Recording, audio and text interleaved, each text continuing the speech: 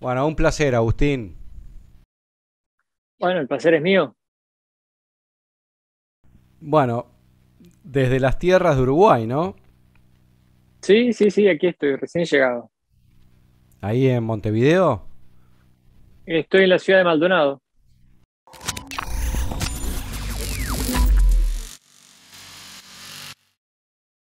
Ah, qué lindo.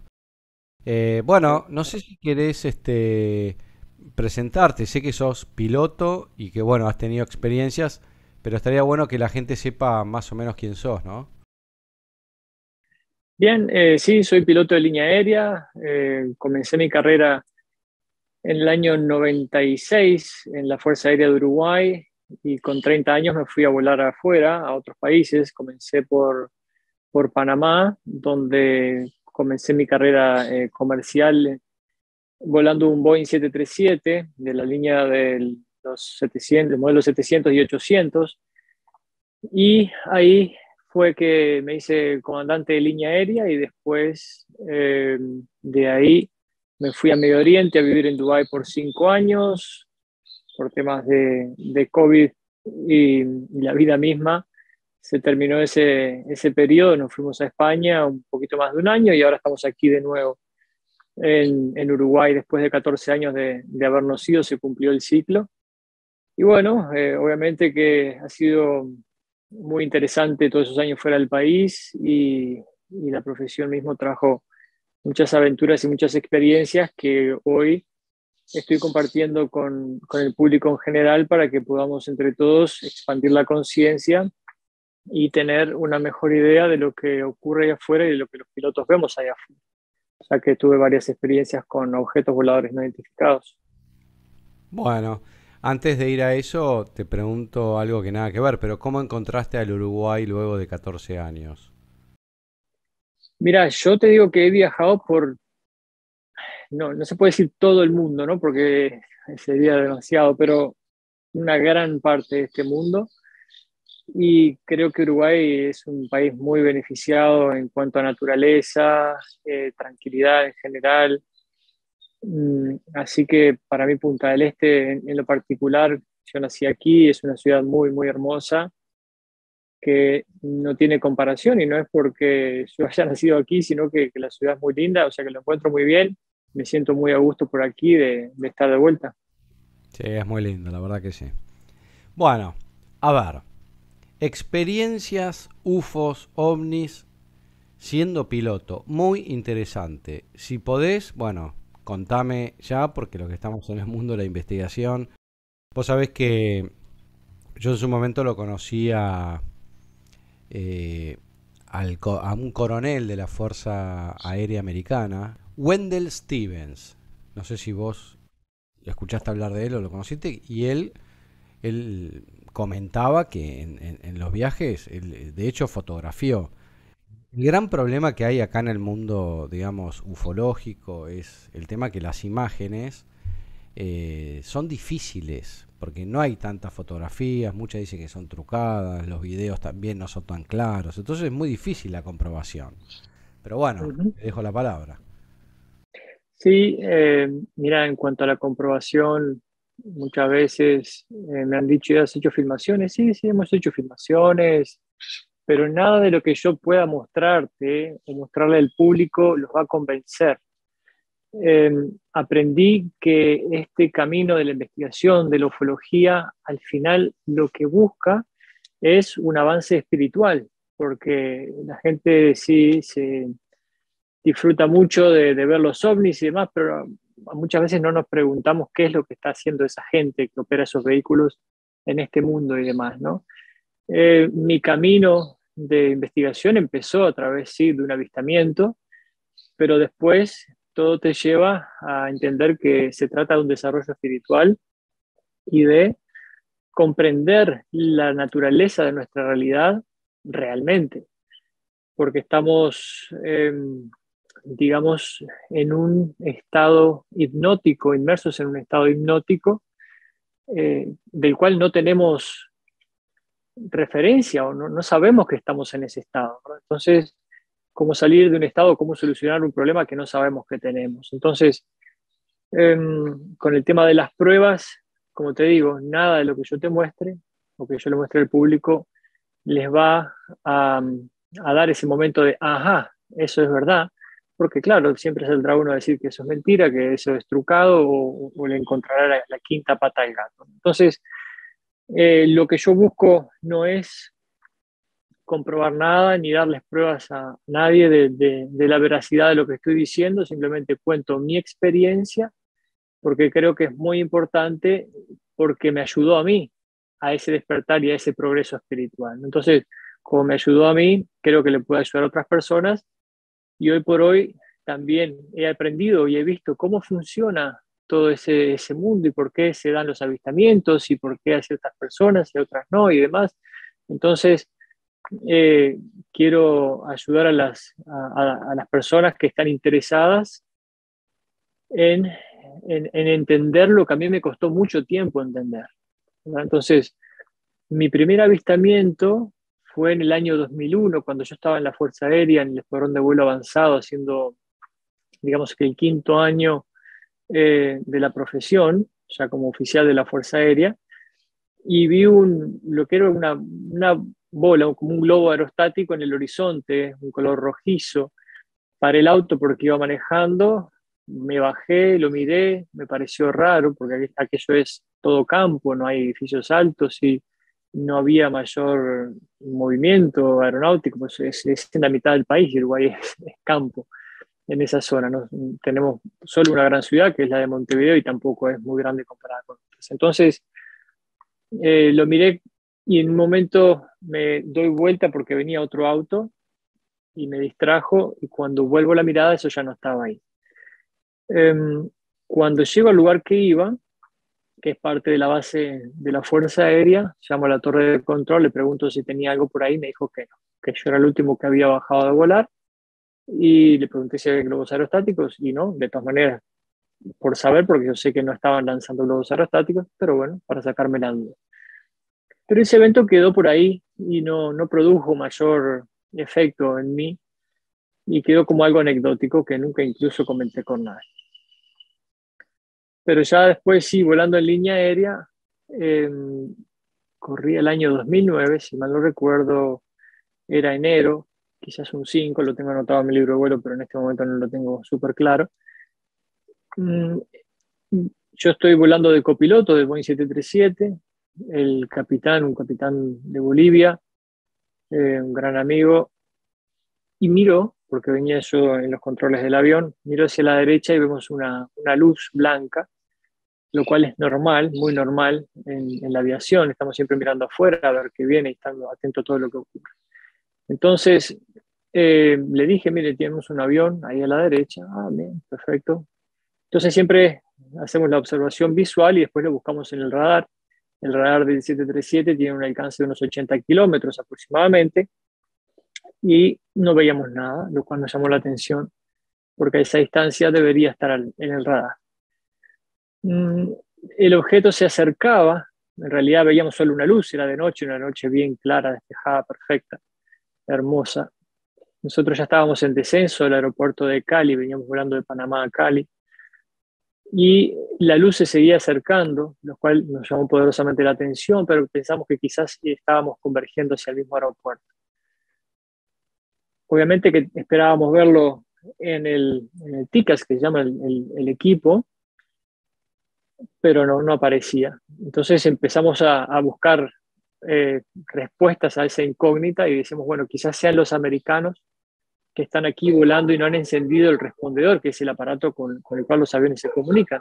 Digo, por el tema de drogas y demás, que están con la lucha contra las drogas, digo, quizás era eso. Le preguntamos a la torre de control y nos dijo que no había nada en ese sector, para lo cual nosotros estábamos viendo lo que para nosotros era un avión, ¿no? En ese momento. Pero bueno, en definitiva, el objeto se acercó tanto que vimos que era una bola de luz, una esfera luminosa, del tamaño como si fueran dos Volkswagen del Beetle, del escarabajo que le dicen, ¿no? O sea, como si fueran dos Volkswagen así unidos, aproximadamente de ese tamaño. Es difícil definir una bola de luz. Pero sí, no era pequeña, pero tampoco era inmensa. Se acercó, y en mi mente yo comencé instintivamente a decirle acércate más, porque yo siempre estuve muy abierto a ese tipo de fenómenos y me interesó mucho y le decía acércate más, y lo hacía, se acercaba más. Pero fíjate que nosotros estamos en descenso y la bola de luz volaba paralelamente y acercándose a nosotros. Era un movimiento totalmente inteligente y conducido, ¿verdad? No era una estrella fugaz que puede pasar al azar, ya estaba en un movimiento perfectamente inteligente y que nos acompañaba. Entonces, de tanto acercarse, pensé que iba a chocar con nosotros y yo iba a hacer la maniobra de evasión. Cuando en ese momento se detiene, se mueve horizontalmente hacia el frente y después de 3 destellos de luz desaparece. Ese fue el evento que para mí fue detonante en mi investigación. No produjo ese acercamiento en ningún tipo de inconveniente en la parte eléctrica del avión, de navegación, de nada. Lo reportamos a la torre de control, nos dijo que lo iban a pasar a la Fuerza Aérea y después nunca supimos más nada de eso, ¿no? Esto, Aterrizamos sin tanto, problema. tanto vos como el ¿Sí? piloto lo vieron, estaban de acuerdo en Sí, que los lo dos, vieron de la los misma dos. manera. Sí, sí, sí, sí. Ok. Los dos lo vimos e incluso cuando nosotros lo reportamos, otro avión salió en la radio y dijo, sí, nosotros también lo vimos y nos pareció que fue una estrella fugaz. Eso fue lo que nos dijeron, lo que dijeron ellos, había voz en la radio. Pero claro, una estrella fugaz se la has visto todos y el movimiento es muy rápido y en caída por lo general, ¿no? Entonces esto iba volando paralelamente a nosotros íbamos descendiendo, se acercaba cada vez más hasta que se fue horizontalmente. Así que bueno, quizás desde su perspectiva, o desde el momento en que lo vieron, quizás lo vieron cuando se retiraba, hizo los 3 destellos, entonces no lo saben. Pero eh, eso desencadenó mi investigación y fue ahí que yo empecé a preguntarle a otros pilotos a ver si habían visto algo y les comentaba acerca de mi experiencia. Y para mi sorpresa, muchos me dijeron que sí, que habían visto. Y me los comentaban, me decían cómo, cuándo, de día, algunos habían pasado por debajo de ellos, me hacían los dibujos de las inscripciones que habían visto. Eh, entonces, digo, me di cuenta de que algo estaba pasando. Me di cuenta de que había algo que yo no entendía. Eso fue, creo que, uno de los mayores momentos de claridad en mi vida. Me di cuenta de que algo estaba ocurriendo y que mi mente no tenía el, el entrenamiento, el conocimiento para saber qué era. Entonces me aboqué a la investigación, empecé a buscar por internet, por YouTube, eh, para saber más al respecto. Y claro, cuando empiezas a buscar, empiezas a encontrar, porque eso es así, ¿no? A veces, y bueno, siempre lo digo, ¿no? Nosotros en el avión tenemos 2 equipos de radio y tenemos una frecuencia activa y una frecuencia en stand-by, en espera, que le llamamos, ¿verdad? Entonces con un botón apretas en el medio de las 2 frecuencias y cambian y la otra se vuelve activa. Entonces, esto es lo mismo que una estación de radio, de FM. Sabes que ahí hay un montón de información, pero está sintonizado en una en particular, al 93.5. Cuando cambias a la 103.2 o 1, lo que sea, recibes la otra información. Esto fue lo mismo para mí, fue como cambiar de emisora, salir de mi vida completamente terrenal a buscar cosas más allá de esa vida diaria, ¿no? Y así fue como en contacto y en comunicación con estos pilotos me fueron contando todo lo que habían visto y digo, bueno, entonces obviamente esto es verdad, lo he visto yo, estos seres están en nuestra atmósfera constantemente. Eh, ya encontré también relatos de pilotos que estaban contando incluso que los habían visto o que habían tenido encuentros con ellos. Me enteré de los Foo Fighters de la Segunda Guerra Mundial, esas bolas de luz que acompañaban a los aviones, e incluso cuando volé el Medio Oriente, volé con un capitán inglés cuyo abuelo fue piloto de combate de la Segunda Guerra Mundial y escribió un libro acerca de esos Foo Fighters. Él me contaba también que su abuela fue azafata de British Airways y que una de estas bolas de luz entró en la cabina, se desplazó por el pasillo y salió por la cola del avión. Entonces, para mí han sido cientos de confirmaciones de personas que estaban ahí al lado mío, de profesionales con miles de horas de vuelo, que apoyaban lo que yo había visto y ese entendimiento, ¿no? Y todo eso va haciendo que la mentalidad, que mi mente fuera cambiando y que fuera aceptando otras cosas. Y la experiencia me dio el conocimiento que tengo hoy, y entonces por eso intento compartirlo, ya que creo que es muy importante, porque la humanidad está en esos pasitos de bebé hacia el contacto con seres de otros mundos. El mundo, el universo es infinito, no tiene un fin para nosotros, para nuestro entendimiento, y creer que estamos solos es, creo yo, una aberración, un insulto para la mente humana.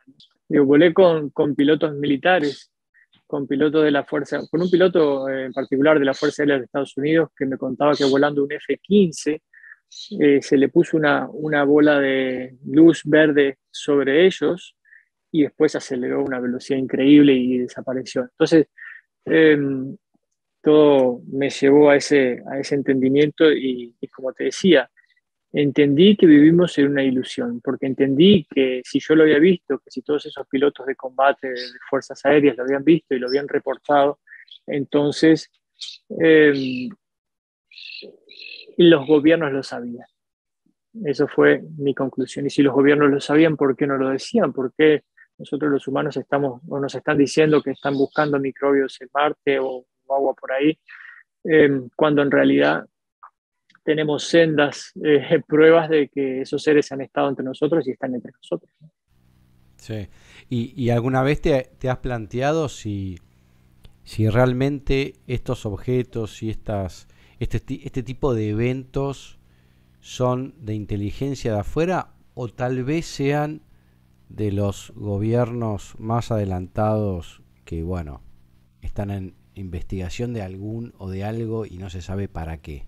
Eh, en aquellos momentos yo no tenía ni la más pálida idea de que pudiera existir tal cosa, que hubieran gobiernos que escondieran alta tecnología, que pudiera llegar a hacer ese tipo de maniobras, o no sabía, no había escuchado de un programa secreto espacial, por ejemplo, que después me encontré con personas a lo largo de mi camino que han participado de esos programas, entonces eso me trajo más confirmaciones al respecto, ¿no?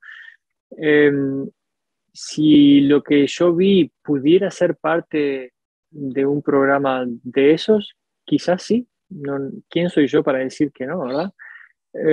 Lo que pasa es que en mi experiencia se dieron otras manifestaciones que me dejaron claro que eran de fuera del mundo y no del programa secreto espacial que nosotros tenemos, ¿verdad? Que nosotros digo como humanidad. Y te digo, por ejemplo, uno de los casos que yo ya estaba volando en Dubái y estaba en vuelo de crucero recordando esa experiencia que había tenido y bueno, simplemente pensando y mirando hacia afuera, mirando las estrellas y me da por preguntar, ¿están ahí? Y para mi sorpresa, a mi derecha veo un flash de luz, lo cual por supuesto me sorprendió muchísimo, ¿no? Le digo, bueno, ¿será alguna tormenta que hay por ahí? Pero al siguiente vuelo digo, voy a intentarlo nuevamente. Mismo escenario, vuelo de crucero, noche hermosa, y digo, ¿están ahí? Y de nuevo, ¡buf! Un flash de luz. Digo, no puede ser. ¿Y ahí estabas Digo, con no. otra persona para testimoniarlo también o vos solo? Estaba con otra persona, pero la otra persona no estaba mirando o no estaba yo. Ya te digo, yo estaba en un estado de contemplación, mirando las estrellas y preguntándole en mi mente. O sea, no estaba hablando con él al respecto de esto ni nada por el estilo, porque no lo hago siempre con las personas, porque no todos están dispuestos a escuchar o pensar al respecto, ¿no? Entonces, digo, bueno, esto no puede ser coincidencia, digo, voy a intentarlo otra vez, un tercer vuelo, y digo, están ahí, y uf, el flash de luz, digo, bueno, esto ya es claramente un contacto, claramente estoy sintonizando con alguien, con algo de lo cual no tengo idea qué es, no sé cómo es que se produce este contacto, pero se está produciendo. Y bueno, así ocurrió muchas veces. ¿Y después Después, no lo obviamente, profundizabas eso? O sea, están ahí, aparecían y no pasaba nada más. yo lo pensaba y ellos me hacían el flash. No pasaba nada más. En ese sentido, no. Pero claro, todo eso fue trayendo expansiones mentales en mí y confirmaciones y seguí buscando más material y encontrando y perfeccionándome de alguna manera, ¿no? Purificando mente, cuerpo y espíritu a través de toda la información que estaba recibiendo, hasta que comenzó el contacto con mis guías, como yo les llamo, ¿no? Los guías que todos tenemos, los cuales, por supuesto, antes que todo esto comenzara, yo no tenía idea que eso existía. Pero sí, comenzó este contacto con ellos, esta apertura, y se daba cuando me estaba despertando en la mañana, cuando estaba en ese estado de entresueño, ¿verdad? Y los escuchaba y ellos me enseñaban cosas. Me acuerdo el caso que para mí es el más notorio, el que más recuerdo, sé que mi pregunta fue ¿quién es Dios? Y ellos me dieron un ejemplo y lo cuento siempre porque lo creo relevante y porque me impactó mucho a mí. Y ellos me dieron el ejemplo utilizando mi cuerpo. Dice, mira tu cuerpo, dentro de tu cuerpo hay células, miles, millones, pero esas células no saben que son parte de Agustín y que Agustín es un piloto y que vive en Dubái y que viaja por el mundo. Sin embargo, ahí están, son y tienen un trabajo que realizar y van y vienen. Y si hacemos un zoom hacia afuera y vemos, eres un conjunto de células, de miles de millones de células, eso era lo que eres tú. Pero si miramos hacia afuera más todavía, vemos que vives en un país, ese país está en un continente, ese continente está en el mundo, seguimos saliendo hacia afuera, vemos el sistema solar y seguimos saliendo hacia afuera y vemos la galaxia Vía Láctea. Y ellos me dijeron, la galaxia Vía Láctea es una célula del Creador infinito, de lo que nosotros llamamos Dios. Entonces, para mí eso fue un impacto muy grande y me hizo dar cuenta de muchas cosas, ¿no? Y más que nada, y primero, creo que es el saber de que yo soy parte de Dios, que ese Dios está en mí y no es un ser que yo tengo que buscar fuera de mí, ¿no? Como tanto las religiones han querido imponer o tener un intermediario para que hable con Dios. Entonces, eso para mí fue muy importante y lo pongo ahí en mi sitio web de Viajeros Despiertos, Wake and Travelers, como referencia, como hecho histórico para mí, para mi conciencia. Eh, Así que bueno, empezó ese contacto con mis guías. Después empecé a tener premoniciones y veía cosas que pasaban del futuro relacionadas con compañeros de trabajo y Por me di ejemplo, cuenta, ¿podrías dar algún ejemplo? por ejemplo, sí, tengo un ejemplo del cual siempre me acuerdo, y es que yo tuve un sueño donde yo era un oficial del ejército de Inglaterra. Y en este sueño yo estaba haciendo maniobras de entrenamiento de combate con un grupo de amigos, de compañeros. Y en un momento, en el sueño, me quedo parado al lado de la reina de Inglaterra, la reina Isabel, pero esa reina tenía, claro, 20 años menos de lo que tiene ahora, al menos. Y sí, al menos, era más joven. Y bueno, digo, qué raro que soñé con esto, digo, increíble, digo, un sueño bien claro además. Bueno, y yo siempre anoto mis sueños porque aprendí que eso es parte del entrenamiento para mejorar la memoria de los sueños justamente. Entonces, ¿qué pasó? Ese día yo me iba a volar, no me acuerdo a dónde, y llego a la sala de briefing donde nos encontramos los pilotos y veo en el manifiesto de tripulantes que el capitán es de Inglaterra. Digo, bueno, digo, no lo relacioné en ese momento con el sueño para nada. Pero salimos a volar, llegamos al vuelo de crucero y como siempre empezamos a conocernos, ¿no? A hacernos preguntas y hablar de la vida y demás. Y él me preguntó de qué aerolínea venía yo y la clásica conversación de cabina, ¿no? Para conocer. Cuando me toca el turno de preguntar, le digo, bueno, ¿y usted de dónde viene? ¿En qué aerolínea ha estado? Y me dice, mira, esta es mi segunda profesión porque yo vengo del ejército. Ah, digo, ¿era piloto en el ejército? No, yo trabajaba en el ejército, pero en tierra. Digo, qué raro, porque por lo general los que vienen del ejército o la marina o la fuerza aérea vienen de volar ahí. Pero este señor era del ejército de tierra. Y le digo, ¿y en qué parte del ejército de Inglaterra trabajó? Y yo trabajaba en el Palacio de Buckingham. Ah, qué interesante. Le digo, ¿y conoció alguna vez a la reina? Sí, claro, sí, yo trabajaba ahí con ella y estuve con ella varias veces. Digo, interesante. Entonces digo, mira, yo justo esa noche había soñado que estaba haciendo prácticas con el ejército de Inglaterra y me veo parado al lado de la reina y ahora vuelo con este señor. Bueno, entonces la conversación se dio y se abrió para el lado místico espiritual y bueno, y al final así entendí de que mis guías me mostraban aquellos con los que yo tenía que hablar, quizás para poner ese granito de arena, ese entendimiento que yo hasta el momento había logrado, o también para recibir información, porque él fue el que me contó justamente que su abuelo fue piloto de combate en la Segunda Guerra Mundial, que había escrito un libro acerca de los Foo Fighters, etcétera, etcétera. Entonces, al final, siempre cada uno de esos contactos con personas fue una retroalimentación. Yo les daba mis piezas del puzzle y ellos me daban las de ellos, ¿no? Entonces, fue muy, muy interesante. Más allá de luces, ¿has visto alguna nave metálica o algún extraterrestre, si querés, algún tipo de raza, o solamente has visto luces? No he visto ninguna nave metálica en, así metálica como lo consideramos nosotros, ¿no? El platillo volador y demás. Sí he visto esferas de observación, captado en mis videos que hago. Bueno, en realidad no lo he captado yo, o sea, yo tomo los videos y hago las charlas y demás, y tengo un grupo que se llama Viajeros Despiertos y por ahí voy dejando algo de información. Y un día un compañero del grupo los puso en cámara lenta, un compañero de México, y se ven cómo pasan las esferas de observación, ¿verdad? Que muchas veces sí son esferas metálicas, que son como drones, ¿verdad? Que ellos utilizan para monitorear. Entonces pasan a una velocidad muy, muy grande que a simple vista no las ves. En cuanto al contacto con seres no terrestres, sí lo he tenido a un nivel de lo que nosotros llamamos astral, ¿verdad? Entender que ellos, o muchos de ellos, porque también hay seres que están ahí afuera, que son igual que nosotros, de carne y hueso, o bueno, o nosotros iguales que ellos. Pero en mi caso sí he tenido experiencias de viaje astral donde me he encontrado con esos seres y los he visto, y a muchos de ellos, ¿no? ¿Y qué forma tenían, te acordás?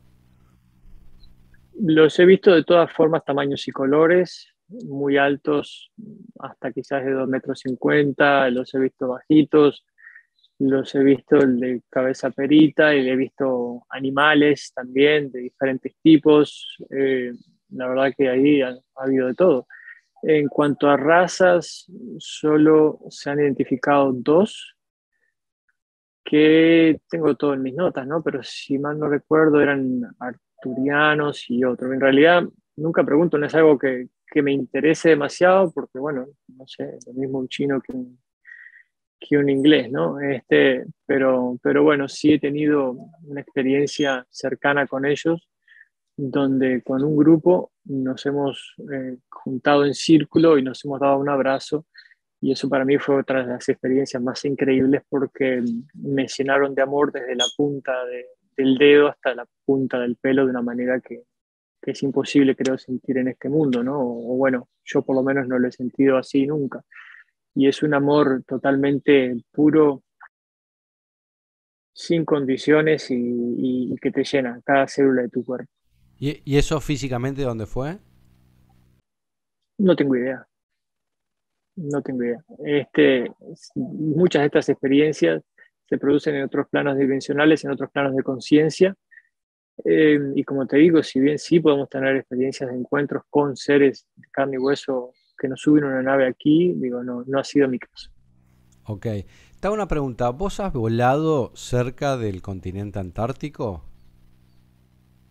Yo específicamente estuve una semana en la isla Rey Jorge, en la Antártida. No es en, en el polo mismo, sino un poquito más al norte, digamos, ¿no? Pero sí, estaba una semana por ahí. No he volado sobre la Antártida, como otros compañeros sí lo hacen, volando la línea polar antártica, por ejemplo, para ir desde Chile hasta Australia. pero sí he volado sobre el Polo Norte. Ok. ¿Y has notado alguna extrañeza, tanto en el Polo Norte como en la Antártida? No, no, mi estadía en la Antártida fue normal, transcurrió ahí en la base antártica uruguaya. Yo era oficial de la Fuerza Aérea en ese momento y bueno, tuve la oportunidad de viajar.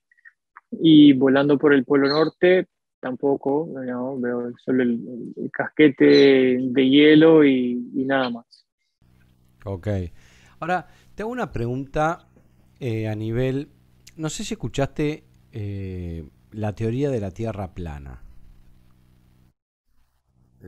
¿Llegaste a Sí, sí, he escucharlo? escuchado. ¿Qué opinás al respecto? Mira, sí he escuchado que existe la teoría de la Tierra plana. Nunca he visto, por ejemplo, recogido material de la explicación que dan al respecto, ¿no? Porque, bueno, simplemente no es algo que esté dentro de mi interés. Eh, y no porque no crea que sea cierto o no, simplemente es que no me ha tocado ir por ahí, porque no tengo mi propia experiencia y creo y sé, bueno, veo desde mi punto de vista que muchas de las teorías que existen en este mundo solo sirven para crear división entre los seres humanos, que es lo que se busca finalmente, ¿no? A través de tantas teorías y tantos partidos de fútbol, de básquetbol, lo que sea, todo en esta humanidad está orientado para nuestra división y no para nuestra unión. Entonces, en lo particular, como piloto, he volado por todo el mundo. He cruzado, como te digo, desde Medio Oriente, el Polo Norte hasta el otro lado de Estados Unidos. eh, y no he visto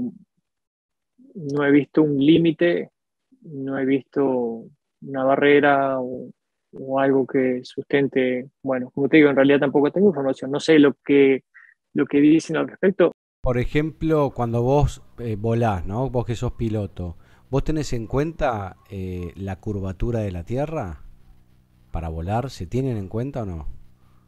Se tiene en cuenta, sí, por supuesto, y hay muchas cuestiones, ¿no? A través del electromagnetismo en la Tierra, nosotros usamos esas líneas, usamos los meridianos, los paralelos. Toda nuestra navegación aérea está basada en ese magnetismo, está basada en los satélites que utilizamos hoy por hoy, que antes no existían. Entonces, como te digo, para mí, desde mi punto de vista, y no quiero decir que lo otro no sea cierto, la Tierra es un esferoide, ¿no? Que tampoco puedo decir que es una esfera perfecta, porque no creo que lo sea tampoco. Simplemente cuando hago la observación hacia el cielo veo que las cosas son redondas, la luna es redonda, bueno, tampoco es que veamos mucho más que eso, ¿no? A menos que utilicemos un, un telescopio, pero bueno, los otros planetas se ven redondos. No quiere decir que el nuestro pudiera ser diferente, porque sí, como creo, como te dije, vivimos en una gran ilusión creada en la mente del ser humano para que todo lo que se manifiesta aquí se manifieste. Así que pudiera ser posible, quizás sí, quizás mi conocimiento, mi entendimiento no llega tan lejos y solo mi experiencia me permite ver hasta donde yo veo. Pero cuando vos ves, vos estás en la cabina y vos ves al horizonte, ¿cómo ves? O sea, digamos, los objetos van disminuyendo, van desapareciendo. Sí, van desapareciendo. Obviamente por la altitud que nosotros transitamos, no logro ver una curvatura como pudiera esperarse de un astronauta, ¿no? Nosotros, un avión de línea aérea vuela en un promedio, dependiendo del modelo, el tipo, pero 12 kilómetros de altitud hacia abajo, ¿no? Entonces, no se ve la curvatura, dado el tamaño del planeta, como pudiéramos esperarlo desde una altitud superior. Entonces, hasta ahí va mi experiencia. Claro. Y los vidrios de la cabina, eh, ¿son vidrios planos? Digo, Eh, muchas veces por ahí se pone un vidrio tipo ojo de pez, ¿no? Donde uno ve circular. no, no, no. No, son más bien planos, porque por supuesto nuestra vista no puede estar distorsionada de ninguna manera hacia afuera, porque si tú pusieras un ojo de pez o pusieras algún vidrio con algún tipo de curvatura, cóncavo, convexo, lo que sea, eso distorsionaría nuestra visión y complicaría nuestro trabajo, por supuesto, porque al estar aproximando una pista, o la veríamos más cerca o más lejos, o lo que sea, ¿no? Viste que, como dicen algunos espejos de los autos, ¿no? Los objetos están más cerca de lo que aparenta, algo así, ¿no? Entonces, no, el vidrio que nosotros utilizamos es de la mejor calidad y que nos da la visión más pura posible.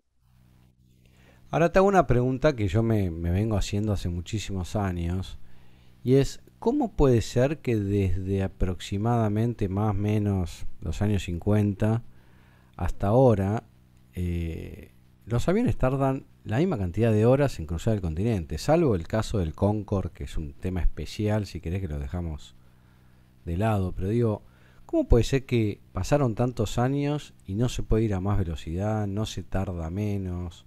¿Qué pasa ahí? ¿No te Bueno, llama la atención? lo que pasa ahí es que tenemos una barrera. Esa barrera se llama la barrera del sonido. Entonces, los aviones sí han desarrollado más velocidad y también la velocidad es relativa a la altitud. Nosotros tenemos varios tipos de medir la velocidad dentro de la aeronáutica. Está lo que se llama la ground speed, la velocidad sobre el terreno, la true airspeed, la velocidad verdadera, y a medida que nosotros aumentamos la altitud, juega también la temperatura y otros factores, por lo cual tenemos diferentes maneras de medir la velocidad. Entonces los vuelos de gran altitud se miden a través del número de Mach, ¿verdad? Es la relación que tiene la velocidad del avión con la velocidad del sonido. Por eso los jets de transporte de línea aérea tienen esa forma de las alas hacia atrás, y han mejorado su capacidad de turbinas como para poder desarrollar mayores velocidades. Entonces, eh, ganamos mayor altitud que nos permite volar en un aire menos denso, lo que permite a su vez tener una mejor performance, un mejor desarrollo en la velocidad, pero todavía estamos limitados por la velocidad del sonido, que también es proporcional a la temperatura, si mal no recuerdo, ¿sí?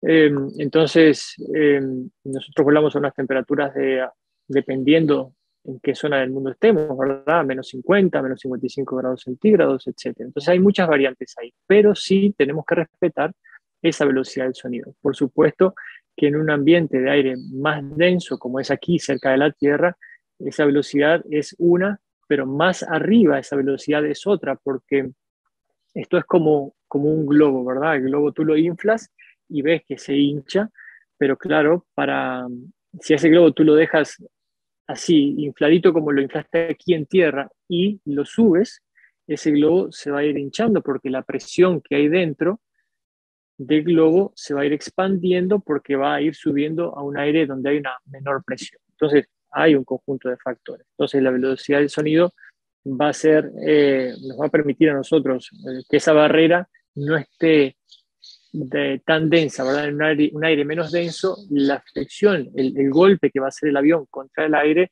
no es tanto como el que hacemos aquí. Es lo mismo que cuando vas a la playa, ¿verdad? Entonces, cuando vas a la playa, si tú estás nadando en el mar y está llano perfecto, tu mano tiene un agarre, pero si tú vas a nadar en la costa, ¿verdad? Que el agua está con las olas y demás, no es tan fácil el agarre. De alguna manera es así. El aire también es un fluido y tiene una densidad a mayor altura, mayor altitud, menor densidad del aire. Entonces, nosotros volamos en el número Mach.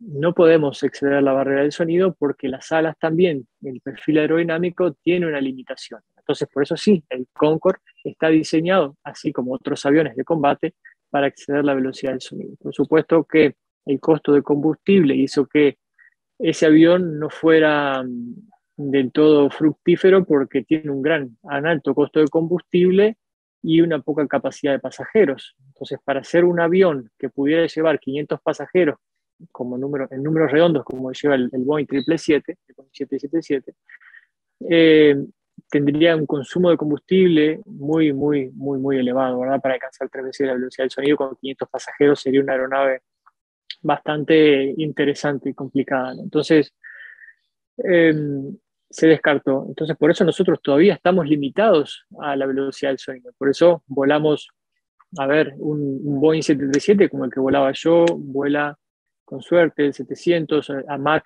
punto 77 o 78, el modelo 800.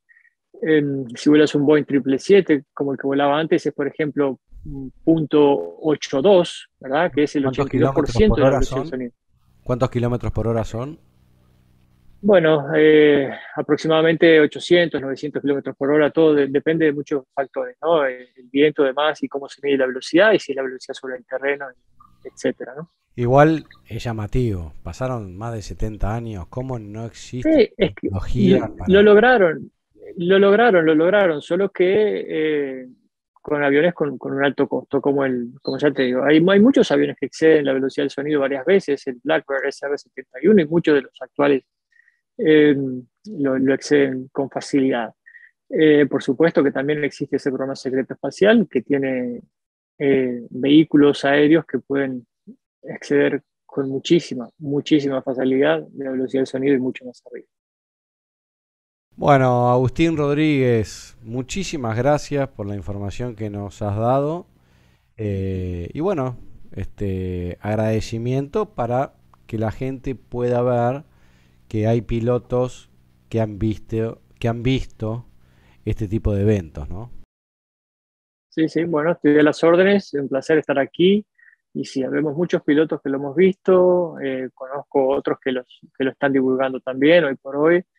Y bueno, esperemos que más personas puedan confiar en su intuición, perdón, y darse cuenta de que vivimos en un universo infinito que está lleno de vida y el hecho de que creamos que estamos solos ya es un buen indicio para darnos cuenta que algo mal o algo raro está sucediendo en nuestra realidad, ¿no? Un Un abrazo. placer, ¿eh? Gracias. Chau, chau. Chao, chao.